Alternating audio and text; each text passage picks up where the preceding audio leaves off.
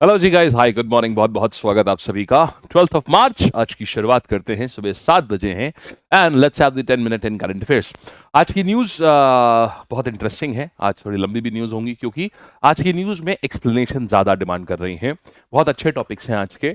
जब भी न्यूज़ ऐसी होगी कि जहां सिर्फ फैक्ट बताने की आवश्यकता होगी वहां हम आपको फैक्ट बताएंगे। जहां हमें लगेगा नहीं, यहाँ फैक्ट नहीं, यहाँ पर आपको डिटेल, उसमें कई सारी चीज़ें आपको चाहिए, वहां पर हम आपको डिटेल में चीज़ों को एक्सप्लेन करेंगे। ऑलराइट, चलिए फिर शुरुआत करते हैं आज की कहानियों की एंड लेट्स सी कि what's there in store for us. आ जाओ जी। तो पहले तो हाँ, यही बता दें, कल लैब के ऑफर्स, जो होली ऑफर्स हैं, होली ऑफर्स कल आ गए हैं। बहुत ही बेहतरीन है, आप सब भी इसका लाभ उठाइएगा। जिसमें बता देता हूँ, ये मैगजीन हमने फ्री कर दी है, पूरी ई बुक।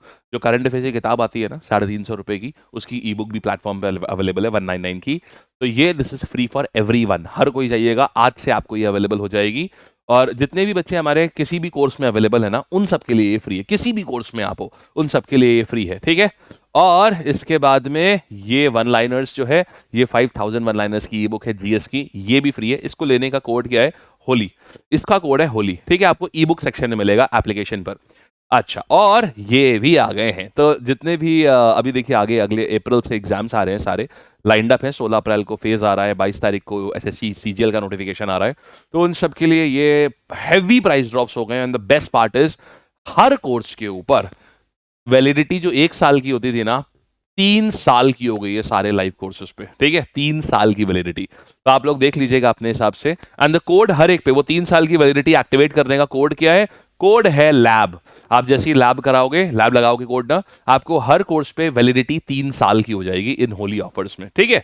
चलिए, 3 साल की हो जाएगी। और महापैक भी हेविली स्लैश हुए हैं प्राइसेस। बहुत मजे करना, डबल वैलिडिटी भी हो गई है। मेरा फेवरेट वाला ना ये वाला है, विद बुक 7+7 डबल वैलिडिटी मिल जाती है। ये 4500 का होता है, अभी ये 3600 हो गया ये, ठीक। इससे भी कोड है लैब। इसमें किताबें सारी आपके घर आएंगी, सारी की सारी, और 1 साल तक के सारे कोर्सेज आपको फ्री होंगे। तो देख लीजिएगा आप लोग, सब ब्रिलियंट ब्रिलियंट ब्रिलियंट है। एंड ऑफर एक्टिवेट करने का कोड क्या है? लैब, ठीक। चलिए देखिए जी बालक लोग, देखते हैं। हमने आपसे पूछा था सीएम कौन है दिल्ली की कल, आपने बताया रेखा गुप्ता जी। एकदम सही जवाब है आपका, शाबाश। अब देखिएगा, नेक्स्ट कहानियों के ऊपर हम लोग शुरुआत करते हैं। और तो देखो, सबसे पहली चीज हमारे पास क्या आ रही है? ये है quiz Bhrigu Raina, Suman, Anjali Rajak, Vani Verma and Shree. Daily free test होते हैं करंट अफेयर्स के। आप लोग सीधे एप्लीकेशन पर जाकर के यहां पर दिया करो, डेली फ्री टेस्ट होता है, ठीक है। देखो, अच्छा, तो यार सबसे पहली न्यूज हमारे पास क्या आ रही है? साइक्लोन आया अभी एल्फ्रेड, जिस कहां पर आया है? साइक्लोन एल्फ्रेड आया है ऑस्ट्रेलिया में। तो क्या कहानी है यार इस साइक्लोन एल्फ्रेड की ऑस्ट्रेलिया में? कैसे क्या आया भाई? तो हम ऑस्ट्रेलिया में क्या बोलते हैं साइक्लोन को? हम इसको विली विली के नाम से जानते हैं। ऑस्ट्रेलिया में साइक्लोन को बोला जाता है, ये ट्रॉपिकल साइक्लोन आया था, चक्रवात आया था। इसको किस नाम से जानते हैं? इसको विली विली के नाम से इसको जाना जाता है, विली विली। इसका लोकल नाम भी दिया गया है, मतलब इन जनरल हम इसको विली विली के नाम से जानते हैं। अब इसका लोकल, जैसे हमारे वहां भी क्या है, इंडियन ओशियन में हमेशा हम लोग साइक्लोन बोलते हैं। तो लेकिन उसका नाम होता है ना हर बार कुछ ना कुछ, कभी बांग्लादेश रखता है, कभी भारत रखता है, कभी म्यांमार रखता है, ऐसे करके। तो इसी प्रकार से इसका नाम क्या था? एल्फ्रेड। कहाँ आया ये? ऑस्ट्रेलिया में आया। ऑस्ट्रेलिया की बात अगर हम करें तो बड़ी इंटरेस्टिंग कहानी आती है ऑस्ट्रेलिया की भी। देखिए, ऑस्ट्रेलिया, आपको पता है, बड़ी इंटरेस्टिंग कहानी है। ऑस्ट्रेलिया सबसे बड़ा आइलैंड है, ध्यान दीजिएगा। बहुत ही इंटरेस्टिंग पॉइंट्स मैं आपको ऑस्ट्रेलिया के लिए बताता हूं, एग्जाम के लिए भी जरूरी है। ऑस्ट्रेलिया जो है, ये लार्जेस्ट लार्जेस्ट आइलैंड है, दुनिया का सबसे बड़ा आइलैंड है, और इसी के साथ साथ स्मॉलेस्ट कॉन्टिनेंट है। दुनिया का सबसे छोटा महाद्वीप है ये, दुनिया का सबसे छोटा महाद्वीप है, और दुनिया का सबसे बड़ा आइलैंड है। इसके बाद इसका लगभग 70% ऑस्ट्रेलिया प्योर डेजर्ट है, कुछ है ही नहीं यहां पर, सिर्फ और सिर्फ डेजर्ट है यहां पर 70%। यहीं पर एक जगह है कोरल रीफ, जहां पर है ग्रेट बैरियर रीफ। वो ये ग्रेट बैरियर रीफ इतनी बड़ी है, कोरल्स है, कोरल्स ही कोरल्स लाइंड अप है पूरा। इसके ईस्टर्न कोस्ट पे है ऑस्ट्रेलिया के। फॉर एग्जाम्पल, जैसे देखो, ये ऑस्ट्रेलिया हो गया, ये ऐसे करके ये ऑस्ट्रेलिया का मान लो मैप है। तो यहां पर पूरा ईस्टर्न कोस्ट पे इसके ना ग्रेट बैरियर रीफ है, जो स्पेस से भी दिखाई पड़ती है। इसके बाद आपको एक इंटरेस्टिंग बात यह है, यहां पर एक सड़क है जिसका नाम क्या है? आयर हाईवे। एक ऑस्ट्रेलिया में ही एक सड़क है, क्वींसलैंड से पास में ही जाती है एक सड़क, इसका नाम है आयर हाईवे। जानते हैं इसके बारे में? बड़ी इंटरेस्टिंग कहानी है आयर हाईवे की भी। तब आयर हाईवे जो है, यहां पर दुनिया की सबसे लंबी स्ट्रेट रोड अवेलेबल है, 150 किलोमीटर, मतलब डेड स्ट्रेट है ये, 150 किलोमीटर तक इतना भी सड़क बेंड नहीं है, 150 किलोमीटर एकदम सीधी सड़क है, इतना सा भी बेंड नहीं है। आयर हाईवे दुनिया की सबसे लंबी सीधी सड़क होती है, 150 किलोमीटर की एकदम स्ट्रेट डेड स्ट्रेट सड़क है। आप सोच रहे होंगे इस पे तो गाड़ी दौड़ा दी जाए फिर कस के, है ना? मैंने भी ये सोचा था, गाड़ी दौड़ा दी जाए फिर इस पे कस कस के, तो ऐसा है नहीं दोस्त। इसके लिए क्या है कि आप वहां पे स्पीड लिमिट है 110 किलोमीटर पर आवर की। एंड ऑल्सो ऑस्ट्रेलिया, ऑस्ट्रेलिया कब बना है? फेडरेशन ऑफ ऑस्ट्रेलिया, जिसको हम आज देखते हैं, 1 जनवरी 1901 को ये ऑस्ट्रेलिया जो आज आप देखते हो ना, 1 जनवरी 1901। उसके पहले अंग्रेज रूल किया करते थे यहाँ पर। इनफैक्ट अंग्रेज क्या करते थे, अंग्रेज इसको पेनल्टी आइलैंड के तौर पर यूज करते थे। मतलब अगर किसी ने बहुत बड़ा द्रोह किया है, अंग्रेजों की एक आदत थी कि अगर किसी ने मान लो उनके अगेंस्ट आवाज उठाई है तो उसको उठा करके वो किसी आइलैंड पे भेज देते थे। जैसे आपने इंडिया में भी देखा, सेल्यूलर जेल बनाई गई थी अंडमान निकोबार पे। तो ऐसे ये लोग क्या करते थे अंग्रेज, अगर इनकी पूरे वर्ल्ड में कोई भी इनके अगेंस्ट आवाज उठाता था तो जो इनके प्रिजनर्स होते थे, जो इनके कैदी होते थे, उठा करके उनको ऑस्ट्रेलिया फेंक दिया जाता था। तो ये शुरुआत ऑस्ट्रेलिया की वहां से हुई थी। फिर यहाँ पर कुछ ट्राइबल्स भी रहते थे, एंड देन फिर ये ऑस्ट्रेलिया धीमे धीमे धीमे धीमे बन गया। तो इसलिए ऑस्ट्रेलिया की पॉपुलेशन बहुत ज्यादा नहीं है, कम ही पॉपुलेशन है। और आज भी हालांकि ऑस्ट्रेलिया एक पूरी तरीके से आजाद कंट्री है, फिर भी जानते हैं ऑस्ट्रेलिया का हेड ऑफ द कंट्री कौन होता है? जैसे हमारे देश के हेड ऑफ द कंट्री कौन है? हमारे राष्ट्रपति या हमारी राष्ट्रपति महोदया, राइट?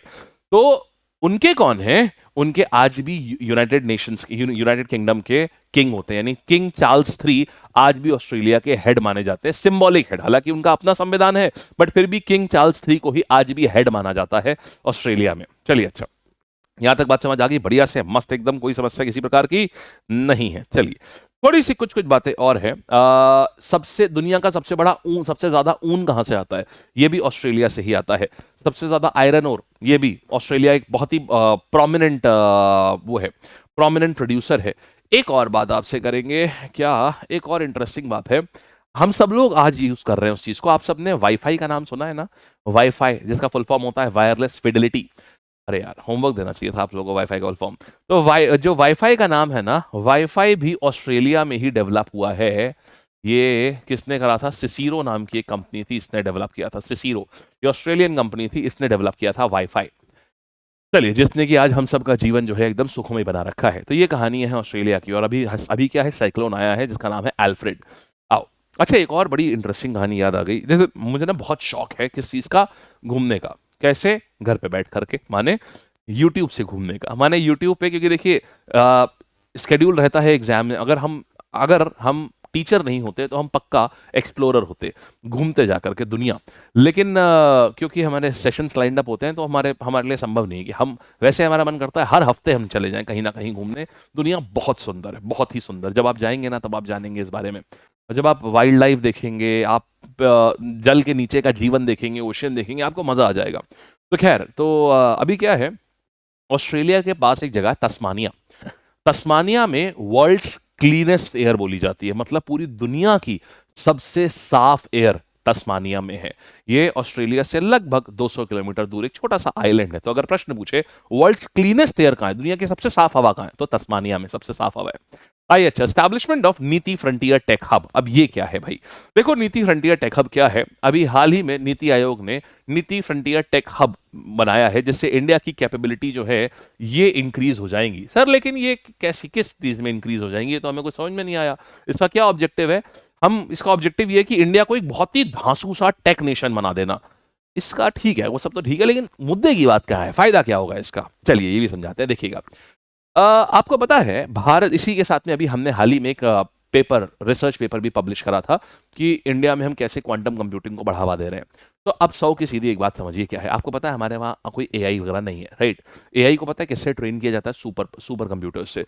सुपर कंप्यूटर्स भी हमारे वहाँ हैं, लेकिन बहुत कम, मतलब उतनी हाई पावर के नहीं है जितने यूएस और चाइना के पास में। तो समझो है क्या, हमें अपने आप को सुपर कंप्यूटर्स और क्वांटम कंप्यूटर्स हमें अपने लिए डेवलप करने पड़ेंगे। सर ये क्या होता है? अब देखो, सुपर कंप्यूटर तो आप जानते हो, ठीक, बहुत ही एडवांस कंप्यूटर्स हो गए सुपर कंप्यूटर्स। सुपर कंप्यूटर क्या है? बहुत फास्ट कंप्यूटर है। तो जितने भी एआई मॉडल्स बनते हैं ना, ये सुपर कंप्यूटर्स के ऊपर बनाए जाते हैं, एआई मॉडल्स। तो वो सुपर कंप्यूटर्स क्या करते हैं, बहुत सारा डेटा जो है वो एआई को ट्रेन करते हैं। अच्छा, और हम लोग सुपर कंप्यूटर को और ज्यादा कोशिश कर रहे हैं, नेशनल सुपर कंप्यूटिंग मिशन के तहत हम लोग और ज्यादा से ज्यादा सुपर कंप्यूटर बनाने की कोशिश कर रहे हैं। लेकिन आपको पता है एक सुपर कंप्यूटर का भी बाप लेवल चीज है एक, वो क्या है? Quantum computer. आप लोगों ने नाम सुना होगा लेकिन जानते नहीं है कि क्वांटम कंप्यूटिंग क्या होती है। ये जो नीति आयोग ने ये फ्रंटियर ये कहानी करी है ना, नेशनल फ्रंटियर टेक हब, ये इसी के लिए था कि हमको सुपर कंप्यूटिंग और क्वांटम कंप्यूटिंग दोनों में ही हमें अपना परचम लहराना है। सर क्वांटम कंप्यूटिंग क्या होती है? सुनिएगा, देखिए क्वांटम कंप्यूटर क्या होता है साहब, ऐसे समझिएगा। जैसे मान लीजिए आप नॉर्मल कंप्यूटर की बात आप कर रहे हैं, तो नॉर्मल कंप्यूटर क्या करेगा? जैसे मान लीजिए एक जंगल है, आपको ये पता है कि जंगल बहुत सारे पेड़ हैं उसमें। नॉर्मल कंप्यूटर और क्या करेगा? आपको ये पता चलता है कि साहब किसी पेड़ के नीचे खजाना है, किसी पेड़ के नीचे खजाना है, तो नॉर्मल कंप्यूटर क्या करेगा? एक एक पेड़ के नीचे जाके देखेगा कि किसके नीचे खजाना है। सुपर कंप्यूटर क्या करेगा? उसी चीज को करने की जो रफ्तार होती है सुपर कंप्यूटर की, वो बहुत तेज होती है, तो वो बहुत तेजी से देख लेगा कि किस पेड़ के पीछे खजाना है, एक एक पेड़ के पीछे जाकर के। मतलब उसकी पेड़ के पीछे की जाने की रफ्तार बहुत तेज होती है नॉर्मल कंप्यूटर के कंपैरिजन में। लेकिन जो क्वांटम कंप्यूटर होता है वो कुछ और करता है। नॉर्मल कंप्यूटर क्या कर रहा था? एक एक पेड़ के पीछे जाके देख रहा था किसके पीछे खजाना है। सुपर कंप्यूटर क्या कर रहा था? इसी काम को और ज्यादा तेज कर रहा था। लेकिन क्योंकि देखो नॉर्मल कंप्यूटर और सुपर कंप्यूटर दोनों बिट्स पे चलते हैं, या तो जीरो या फिर वन, या तो जीरो होता है या तो वन होता है। आपको पता है ना, बाइनरी पे चलते हैं, या तो जीरो होगा या वन होगा। जो क्वांटम कंप्यूटर होता है ना, ये क्यूबिट्स पे चलता है, मतलब जीरो और वन दोनों को एक साथ देख लेता है ये। तो क्वांटम कंप्यूटर क्या करेगा? अगर उसको ये वाली प्रॉब्लम दी जाएगी ना, तो वो एक साथ सारे पेड़ों के पीछे देख लेगा। बात समझ आई आपको? नॉर्मल कंप्यूटर एक एक पेड़ के पीछे देखेगा, सुपर कंप्यूटर एक एक पेड़ के पीछे बहुत तेजी से देखेगा, लेकिन सुपर कंप्यूटर क्या करेगा? एक साथ सारे पेड़ों के पीछे देख लेगा। इसी तरीके से मान लो, थोड़ा और दूसरा एग्जाम्पल लेते हैं। जैसे मान लो एक भूल भुलैया है, जिसमें एक रास्ते से जाके देखोगे, फिर दूसरे रास्ते से जाके देखोगे निकलने के लिए। नॉर्मल कंप्यूटर क्या करेगा? एक एक रास्ते पे जाकर के देखेगा, ठीक है। सुपर कंप्यूटर क्या करेगा? एक साथ सारे रास्तों पे चला जाएगा और जाके देख लेगा सही रास्ता कौन सा है। तो आप समझ रहे हैं किस इमेंसली तेज रफ्तार से चीजें हो रही होंगी। अब जो बताने जा रहा हूं उससे आपका दिमाग उड़ जाएगा। सुनना भाई, हमको कैसे पता?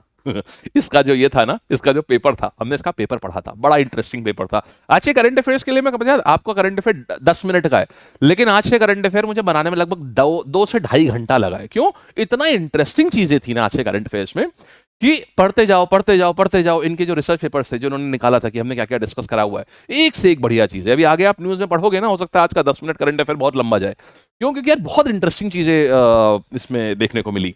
फिर समझो, तो क्वांटम कंप्यूटर समझ में आया? अब सुनिए, अब जो बोलने जा रहा हूं आपका दिमाग खुल जाएगा, आपको लगेगा भाई साहब क्या दुनिया आने वाली है। सुनना, अभी हम जो एआई मॉडल्स को ट्रेन करते हैं वो हम सुपर कंप्यूटर से करते हैं, ठीक है। मतलब एआई मॉडल्स को ना बहुत सारा डेटा बताना होता है कि भाई तुम ये वाला इतना सारा डेटा ले लो, तो हम सुपर कंप्यूटर से ट्रेन करते हैं। तो नए एआई मॉडल को आप देखते होगे, जैसे चैट जीपीटी भी जो है वो नया, जैसे चैट जीपीटी 4 हो गया, 4o हो गया, ऐसे करके जो चैट जीपीटी लाता है ना, तो लगभग 4 से 6 महीने लग जाते हैं एक नए मॉडल को लाने में, ठीक है। क्योंकि अभी कंप्यूटर्स, अभी जो एआई है ना, वो सुपर कंप्यूटर से ट्रेन होते हैं। भाई साहब, जिस दिन हमने अभी आगे आने वाले नियर फ्यूचर में ना, हम एआई मॉडल्स को क्वांटम कंप्यूटर से ट्रेन करना शुरू करेंगे, तो उसमें होगा क्या? हम हर दिन और शायद हर घंटे नए एआई मॉडल्स निकाल रहे होंगे। हर घंटे, हर दिन हम नए एआई मॉडल्स निकाल रहे होंगे, जो कि बहुत ही ज्यादा पावरफुल होंगे, जो कि अलग लेवल पे चल रहे होंगे। आप सोच के देखिए, जो काम 6 महीने में आज हो रहा है वो हम हर दिन नए एआई मॉडल निकाल रहे होंगे। ये क्वांटम कंप्यूटिंग की पावर है। भारत ने अपना भारत भी ये चीज समझ गया कि यार ये बहुत जरूरी है। तो 2023 में गवर्नमेंट ऑफ इंडिया ने क्या किया था? नेशनल क्वांटम कंप्यूटिंग मिशन की भी शुरुआत करी थी। एक नेशनल सुपर कंप्यूटिंग मिशन चल रहा है, वो आपका आज का होमवर्क है। आप मुझे ये बताओगे नेशनल सुपर कंप्यूटिंग मिशन कब शुरुआत करी गई थी? और दूसरा मैं आपको बता रहा हूं, नेशनल क्वांटम कंप्यूटिंग मिशन की भी शुरुआत करी गई है, 2023 से शुरुआत करी गई है। Tata institute of fundamental research हो गया, IISc बैंगलोर हो गया, इन सब जगह इसकी रिसर्च चल रही है, ठीक है। मजे आ गए? चलो अच्छा, आगे बढ़ते हैं। यहां तक देखा हमने, तो यही सब कहानियां जो है नीति फ्रंटियर टेक हब में इन सब चीजों के लिए बातचीत करी गई है, कि इन सब की मीटिंग करी गई और इसके रिसर्च पेपर को पब्लिश करा गया था। फिर देखो, अच्छा माधव नेशनल पार्क जो है ये निकाल के लेकर के आ रहे हैं, माधव नेशनल पार्क। अब कहानी क्या आती है इसमें? मुझे आपको बहुत सारे फैक्ट्स बताने हैं। माधव नेशनल पार्क, देखो क्या है कहानी यार। अब भारत में कुल मिलाकर के 58 टाइगर रिजर्व हो चुके हैं, और अगर हम एमपी की बात करें तो यहां पर अकेले इस राज्य में 9 टाइगर रिजर्व हैं। एमपी की अब हम बात करें तो सबसे ज्यादा टाइगर्स इस राज्य में आते हैं, 9 टाइगर्स हैं भाई साहब। और पूरे देश में बात करें तो 58 टाइगर रिजर्व हैं बालक। 58 टाइगर रिजर्व है हमारे पास में अब इस देश में, ठीक है। अच्छा अब समझिएगा, तो टोटल 58 टाइगर रिजर्व, और माधव नेशनल पार्क में हमारे पास क्या हो गए, 9 टाइगर्स, नहीं मध्य प्रदेश में 9 टाइगर रिजर्व आ गए। इसका नाम किसके ऊपर पड़ा है, माधवराव सिंधिया। तो माधवराव सिंधिया के नाम पे ही इसका नाम रखा गया था माधव नेशनल पार्क, ठीक। अच्छा, टाइगर रिजर्व क्या होता है, तो हुआ क्या था साहब, 1973 की बात है, गौर से सुनिएगा। 1973 की बात है, 1973 की बात है, हमने प्रोजेक्ट टाइगर की शुरुआत करी थी। प्रोजेक्ट टाइगर का मतलब यह था कि इंडिया में ना सिर्फ 600 टाइगर बाकी थे। यह था कि भाई किसी भी तरीके से टाइगर को हमें बहुत ज्यादा इसको हमको बढ़ाना पड़ेगा, और बहुत बड़ी संख्या में टाइगर्स हमको रखने होंगे। तो हमने टाइगर रिजर्व शुरू किया। आज के टाइम 50 साल हो चुके हैं, गोल्डन जुबली हो चुकी है। आज के टाइम पे 3,500 से ज्यादा टाइगर हमारे देश में है। दुनिया का 75% टाइगर आबादी हमारे पास में है, ठीक। अच्छा, अब देखिएगा पहला टाइगर रिजर्व कौन सा था। अब जरा कुछ फैक्ट्स लिख रहा हूं जो आपके एग्जाम के लिए बहुत जरूरी है। पहला टाइगर रिजर्व कौन सा था, सोचिएगा। पहला टाइगर रिजर्व आता है आपका, सबसे पहला टाइगर रिजर्व हमारे पास कौन सा आ जाएगा, जिम कॉर्बेट। छोटे में लिख दे रहा हूं, ठीक है, क्योंकि काफी चीजें लिखनी है। Jim Corbett. फिर दूसरा लिखिएगा, सबसे बड़ा टाइगर रिजर्व कौन सा है। ये फैक्ट्स जो दे रहा हूं ना, ये बहुत खास है। बिगेस्ट टाइगर रिजर्व कौन सा है बालक लोग, Nagarjuna Sagar tiger reserve. Nagarjuna Sagar tiger reserve, ये बिगेस्ट टाइगर रिजर्व है। यहां तक बात समझ आ गई, ये देख लिया आपने। फिर देखिएगा, अच्छा सबसे स्मॉल, ये नागार्जुन सागर टाइगर रिजर्व, ये कहां पर आ जाएगा, Nagarjuna Sagar reserve, this is in this is in this is in Andhra Pradesh, right, it is in Andhra Pradesh, AP. फिर बात करेंगे स्मॉलेस्ट टाइगर रिजर्व की। तो स्मॉलेस्ट टाइगर रिजर्व की अगर अपन बात करें तो ये कहां आ जाएंगे, ये आता है बोर टाइगर रिजर्व। इतना छोटा है कि बोर हो रहे हैं यहां पर, समझे। बोर टाइगर रिजर्व ये महाराष्ट्र में है। बोर टाइगर रिजर्व ये कहां आ जाता है, ये बालक लोग आता है महाराष्ट्र में, ठीक है। ये हो गया, तो हमने फर्स्ट टाइगर रिजर्व देख लिया, बिगेस्ट देख लिया, स्मॉलेस्ट टाइगर रिजर्व देख लिया। हाँ, अब इसके बाद क्या करेंगे, आपको याद होगा कि एक जंगल बुक आई थी मोगली वाली, वो कौन से टाइगर रिजर्व पे है। तो जो जंगल बुक है, मोगली वाली जो कहानी है, जंगल बुक किसने लिखी है, रुडियार्ड किपलिंग ने लिखी है। वो लिखी है पेंच टाइगर रिजर्व, जो मध्य प्रदेश और महाराष्ट्र वाले के बीच में, पेंच टाइगर रिजर्व पे रुडियार्ड किपलिंग की ये जंगल बुक वाली जो किताब है ये लिखी हुई है, ठीक है। अच्छा, इसके बाद क्या करेंगे यहां पर, ये है आपका सबसे ज्यादा डेंसिटी कहां पर है। मोस्ट डेंसिटी, जितने भी सवाल आते हैं ना टाइगर रिजर्व के, हम सारे करा रहे हैं। Most density of tiger reserve ये कहां आ जाएगा, तो सबसे ज्यादा डेंसिटी टाइगर रिजर्व की आ जाएगी आपकी बंधवगढ़ टाइगर रिजर्व में। ये आती है बंधवगढ़ टाइगर रिजर्व, ठीक। चलिए, तो ये थे सारी की सारी कहानी आपके यहां पर। क्लियर हो गया, मस्त एकदम बवाल चीजें पता चली आपको। चलिए ठीक है, आगे बढ़ते हैं, नेक्स्ट कहानी पर आते हैं। और टाइगर सेंसस कितने कितने सालों में किया जाता है, हर 4 साल में टाइगर सेंसस किया जाता है। सबसे ज्यादा टाइगर्स कहां पर है, महाराष्ट्र में, सॉरी मध्य प्रदेश में। इसके बाद कहां है, मध्य प्रदेश, फिर कर्नाटका, फिर उत्तराखंड। तो टाइगर सेंसस की बात करें तो हर 4 साल में टाइगर सेंसस करते हैं, और मध्य प्रदेश, इसके बाद टाइगर्स कहां है सबसे ज्यादा, कर्नाटका, इसके बाद कहां है टाइगर सबसे ज्यादा, उत्तराखंड। ये आ जाता है, हर 4 साल में हम टाइगर सेंसस करते हैं। आगे ना मस्त जानकारी मिल गई आपको, चलिए बढ़िया। ये सब एग्जाम के लिए इंपॉर्टेंट फैक्ट्स थे, इसलिए हमने आपको ये बताया। चलो, तो पिछला वाला टाइगर सेंसस कब हुआ था, 2022 में। अगला कब होगा, 2026 में।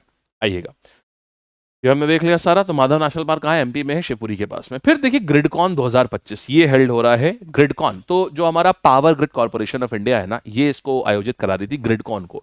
आप कहेंगे सर ये ग्रिडकॉन क्या है, ये ग्रिड क्या होती है। पहले तो इसको अंग्रेजी समझते हैं, बोला क्या है अंग्रेजी, मतलब न्यूज में कहा क्या गया। न्यूज कह रही है कि भाई यूनियन पावर मिनिस्टर है मनोहर लाल साहब, इन्होंने ग्रिडकॉन इनॉग्रेट करा। किसने कराया था, power grid corporation of India ने करवाया था। क्या बात हो रही है उसमें, इसमें फ्लैगशिप इवेंट है, प्रोफेशनल्स आएंगे, रिसर्चर आएंगे, एकेडमी आएंगे। एम क्या है, रिन्यूएबल एनर्जी इंटीग्रेशन करना, ग्रिड रेजिलियंस करना, असेट मैनेजमेंट करना, डिजिटल ट्रांसफॉर्मेशन करना। ले दे के समझ में हमको एक पैसे का नहीं आया है ना, ठीक। पता नहीं ऐसे क्यों लिखते हैं, मतलब आप सोचो ना, आप सोचिए किसके लिए न्यूज हो रही है, ये ऐसे नॉर्मल लोगों के लिए न्यूज़पेपर की न्यूज है। अगर ये कौन सा नॉर्मल आदमी ये सब समझ पाएगा कि भाई इसमें digital transformation, grid resilience, energy integration, क्या मतलब है इसका इसका आसान भाषा में लिखना चाहिए, नहीं। देखो समझाते हैं आपको, ध्यान से सुनिएगा, ध्यान से सुनिएगा। अब समझ गए ना, आज की न्यूज में बहुत कुछ है भाई साहब। अब देखो क्या होता है, पहले समझो ग्रिड क्या होता है भाई, फिर समझाते हैं आपको ग्रिड कौन क्या है। देखो बालक लोग, आते हैं यहां पर। देखिए होता ये है, बहुत बहुत इंटरेस्टिंग कहानियां है ये। ग्रिड क्या है, जैसे मान लो एक ये हुआ पावर स्टेशन, ठीक है, देख रहे हो ये पावर, बिजली का साइन है ये है। बिजली का साइन। तो अब देखो ये है पावर स्टेशन। अब यहां से क्या होगा, अब यहां से तार जाएंगे, एक छोटे पावर स्टेशन में जाएंगे तार, है ना, देखो एक छोटे पावर स्टेशन में तार जाएंगे, फिर क्या होगा, अब यहां से फिर हमारे घर में जाएंगे, हमारे ये सब तार हमारे घर में जाएंगे, बीच में हो सकता है कुछ ट्रांसफार्मर अगर रखे होंगे। तो भाई साहब ये जो पूरा जो होता है ना, इसी को ग्रिड बोलते हैं, ठीक है, इसी को बोलते हैं ग्रिड।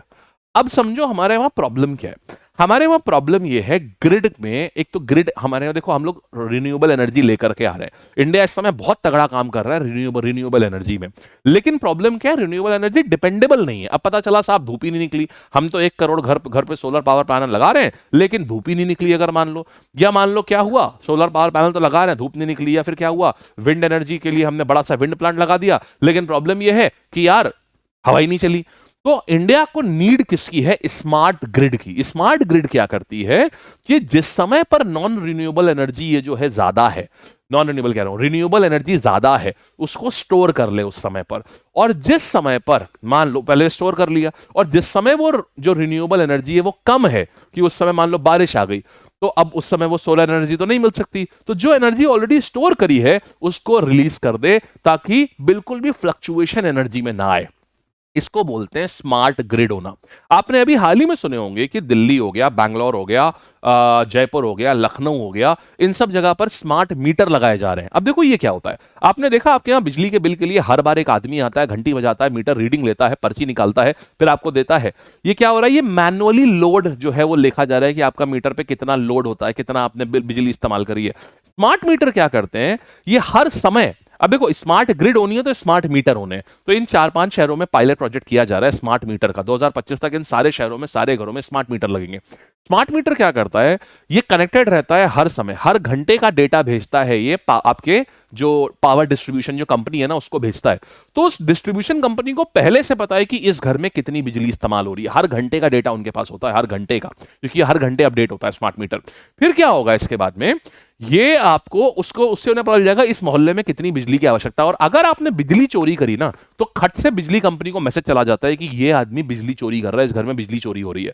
ना तो आप पहले कटिया लगा सकते हैं, ना आप बाद में लगा सकते हैं, क्योंकि ये मीटर बहुत एफिशिएंट होते हैं, रियल टाइम में बात किया करते हैं ये बिजली हाउस से, समझे।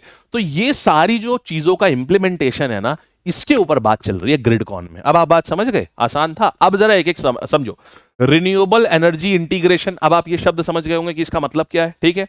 फिर देखो ग्रिड रेजिलियंस का मतलब क्या है, कि अगर मान लो बहुत ज्यादा लोड कभी ग्रिड पे आ जाए तो उससे कोई प्रॉब्लम ना है। असेट मैनेजमेंट, मतलब जितने हमारे वहां जैसे कुछ हैं जो बहुत पुराने तार हैं, एकदम बेकार बोगस तार हो गए हैं, तो उनको बदलना है, लेकिन वो भी है तो हमारी असेट, तो उनको कैसे रिप्लेस किया जाए वो असेट मैनेजमेंट पे है। और डिजिटल ट्रांसफॉर्मेशन मतलब पूरे भारत में स्मार्ट मीटर लगाने का जो मिशन है 2025 तक जिसको डेट रखी गई है पूरा करने की, तो वो ये है। तो इन सब के बारे में बातें हो रही हैं ग्रिडकॉन में। I hope the news is absolutely clear now, right. ठीक है, फिर देखो battlefield level operational exercise TROPEX. अब ये क्या है, ये है theatrical operational exercise, theatrical battlefield level operational exercise.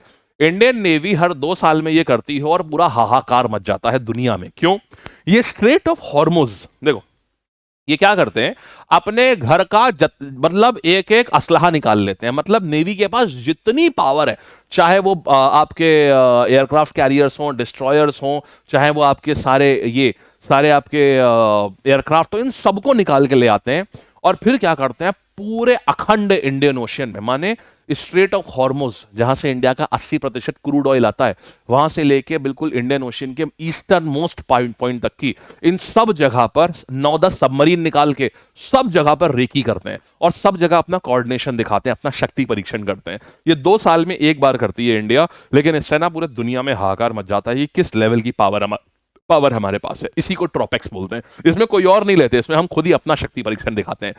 ठीक, तो ये 2 साल में एक बार होती है, इसलिए सबसे बड़ी एक्सरसाइज होती है इंडियन नेवी की, ट्रॉपेक्स नाम है इसका। ठीक है, चलो जस्टिस बागची है, ये इनको नए जज बनाया जा रहा है सुप्रीम कोर्ट का। अभी इनके 6 साल ये रहेंगे सुप्रीम कोर्ट में, तो यही आगे चल के चीफ जस्टिस ऑफ इंडिया भी बनेंगे। इनकी एज इतनी है कि ये चीफ जस्टिस बन के ही रिटायर होंगे ये, तो आगे चल के आपको इनको ये भी मिलेंगे न्यूज में। तो ये एग्जाम इनके लिए बहुत इंपॉर्टेंट है। इनका नाम क्या है, जस्टिस जॉयमाला बागची। ये कलकत्ता हाई कोर्ट के जज हैं, इनको जज ऑफ सुप्रीम कोर्ट नियुक्त किया जा रहा है। आगे चल के इनको भी ये भी बनेंगे, आगे चल के ये चीफ जस्टिस भी बनेंगे। चलो फिर देखते हैं। अच्छा, अब हम ये टेलीग्राम चैनल है बालक लोग, इसको आप लोग जरूर से ज्वाइन कर लीजिएगा, इसमें सारी इंपॉर्टेंट चीजें हैं। अब आते हैं हम लोग यहाँ पर आपके न्यूज के ऊपर। ये देखो, साइक्लोन ऑस्ट्रेलिया में किस नाम से आया, किस नाम से जानते हैं हम इसको? वेली विली। देन किसको नीति आयोग ने कैपेबिलिटी इंडिया की कौन सा हब अभी लेकर के आया है? नीति आयोग लेके आया है नेशनल फ्रंटियर टेक हब, समझ गया ना, पूरा क्वांटम कंप्यूटिंग वाला वो सब विकसित करने के लिए। होमवर्क भी दिया मैंने आपको, नेशनल सुपर कंप्यूटर मिशन कहां पर कब लॉन्च हुआ था। किसको 58 टाइगर रिजर्व कब कौन सा है ये आता है माधव टाइगर रिजर्व, माधव राव सिंधिया के नाम पर रखा है। फिर इंडिया का पहला टाइगर रिजर्व जो 1973 में आया था, ये तो साफ पता है, जिम कॉर्बेट आ जाएगा। फिर ग्रिडकॉन कहां पर ऑर्गेनाइज हुआ है? नई दिल्ली में इसको ऑर्गेनाइज किया गया है। देन कौन सा पीरियड है Indian battlefield level operational exercise कहां पर हो रही है? ये कंडक्टेड इन द ईयर 2025। कौन से पीरियड के लिए? ये आप नोट्स पढ़ेंगे और नोट्स पढ़ के फिर इसका आंसर देंगे सारे जन, ठीक। फिर देखेंगे हाल ही में कलकत्ता के कौन से जज हैं जिनको अपॉइंट किया गया सुप्रीम कोर्ट का जज, ये आएंगे जयमाला बागची साहब। फिर कौन से आर्टिकल के तहत प्रेसिडेंट जो है ये सुप्रीम कोर्ट के जज को अपॉइंट करते हैं, ये क्या हो जाएगा? अगेन सेम थिंग, आपने क्या करना है? आई वॉन्ट एवरीवन्स आंसर, हर एक व्यक्ति का मुझे आंसर यहां पर चाहिए। नीचे कॉमेंट सेक्शन में ये पॉलिटी का आर्टिकल चाहिए ही चाहिए, समझ गए? No skipping, I want answer from every single person, ठीक है। अच्छा, दैट्स इट गाइस, ये थी पूरी कहानी। ठीक, तो आप सब के लिए होली ऑफर्स कर रहे हैं इंतजार, सब लोग खूब अच्छे से करिएगा, खूब बढ़िया से। और हाँ, एक और चीज बता दूं, आप में से जो भी लोग ना ऐसा लॉस्ट फील कर रहे हो, ये क्योंकि अब हम इसमें कवच में एडमिशन जो है ये बंद कर देंगे मंडे ट्यूसडे में। कवच एक ऐसा बैच है जिसमें ये इसमें कंप्लीट जीएस का बैच तो है ही है, लेकिन ये एक मेंटोरशिप प्रोग्राम है। इसमें होता ये है कि आप पूरी हमारी गाइडेंस में रहते हैं, आपका पूरा पेपर निकलना जो है वो हमारी गाइडेंस में होता है। आपको हम एक पर्टिकुलर ग्रुप असाइन करते हैं, सेपरेट डेडिकेटेड टेलीग्राम ग्रुप्स होते हैं, जिसमें आपको डेली एग्जैक्टली किस समय क्या पढ़ना है, आपको आपके मॉक टेस्ट के कौन सा मॉक टेस्ट लगाना है, उसमें आपके नंबर बढ़ रहे हैं नहीं बढ़ रहे हैं, क्यों नहीं बढ़ रहे हैं, ये सारी चीजें प्रॉक्टर्ड होती है, माने हमारे द्वारा चेक करी जाती हैं ये, ठीक है। तो आपको अगर उस ग्रुप का पार्ट बनना है तो आप लोग जो है ये कवच ज्वाइन कर सकते हैं। इसके बाकी सबके ऊपर तो ऑफ है ही है, इसके ऊपर भी है। ये 1200 का या 1300 का था अभी, ये इस समय 800 या 900 का है। तो आप लोग इसको देख सकते हैं, ये मेरे सामने आ गया तो मैंने आपको बता दिया है। इसका कोड है LAB लैब, ठीक है, ये भी वही है, सारे का कोड लैब ही है, सभी का कोड। और जितनी किताबें हैं उन सब पे भी फ्री डिलीवरी जो है ये होली के दौरान सब पे ऊपर है लैब कोड के साथ में, ठीक। अच्छा, कैसा लगा ये पूरा न्यूज, ये जरूर बताइएगा नीचे कमेंट सेक्शन में सारे जन, ठीक है। कैसी लगी न्यूज आज की सब बताइएगा, और जो होमवर्क भी आया वो भी जरूर बताइएगा, ठीक है। Thank you, bye, tata, take care, all the best.